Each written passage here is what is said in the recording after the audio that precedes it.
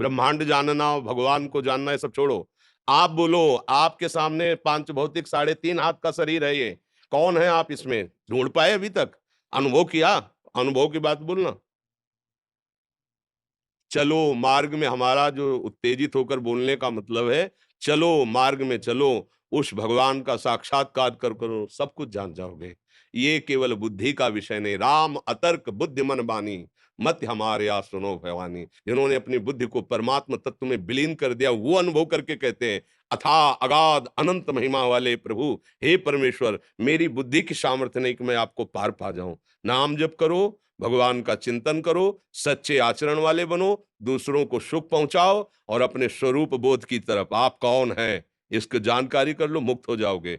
ये सब स्वाप्निक है, माया प्रपंच है, कुछ सत्य नहीं है। जो सत्य है वो तुम हो। क्या तुम हो ये पहचान लो। हमारी बात समझ रहे हो ना? ये हमारा स्वप्न है, कुछ नहीं है। ये बड़ा हुआ हमारा एक दीर्घ स्वप्न है।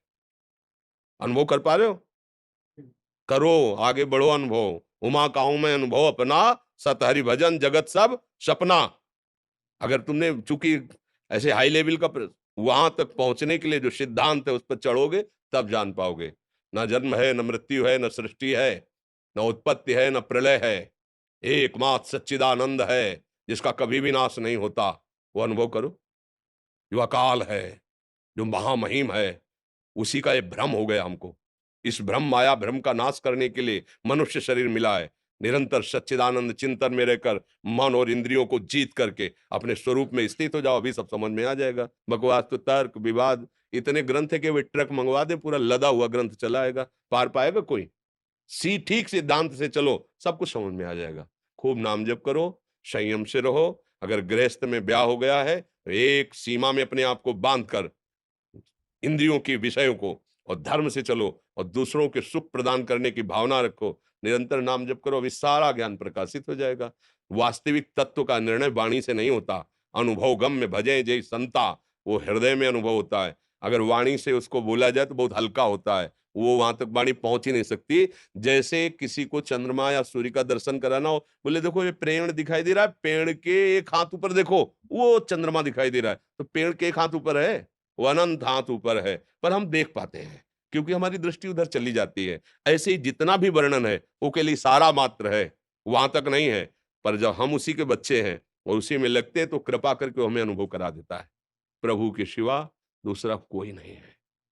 न उत्पत्ति है, न पालन है, न विनाश है। वो अपने में ही अपने आप को उत्पन्न करता है, अपने आप में ही अपने आप को पालन करता है, अपने आप में ही अपने आप को लय कर रहा है। वो इतना विराट है कि गूलर का पेड़ देखा है, उसका फल दिखा है, उसको फोड़ के देखो, सैकड़ों छोटे-छोटे भुनगे निकलेंगे। ऐसे गूलर के पेड़ में जैसे अनेकों गूलर के फल और उन फलों में जैसे जीव, ऐसे एक रोमकूप में परमेश्वर के अनंत ब्रह्मांड वास करते हैं। दिखरावा मायते तिन अद्भुत रूप अखंड, रोम रोम प्रति लागे कोटि कोटि ब्रह्मांड, ब्रह्मांड निकाया निर्मित माया, रोम रोम प्रतिवेद कहे। वो ऐसा महामायाधीश परम पिता है, वो प्रकट करता है, पालन करता है, लय करता है। किसका? अपने आप से, अपने आप में ही खेल रहा है, दूसरा कोई है नहीं। ये जान गए तो बस, एक है, वकाल है, महामहिम है। अगर ये बात जान तो नाम जप करो, धर्म से चलो, दूसरों को सुख पहुंचाओ, और ये ध्यान रखो तुम शरीर नहीं हो। तो धीरे धीरे, तुम मन नहीं हो, धीरे धीरे हटते हुए जो बचा वो मैं है, जो मैं है वही सर्वस्व है। समझ पा रहे हो? हाँ, अब इनको बार बार सुनना है बात और चिंतन करना तो समझ पाओगे। जी।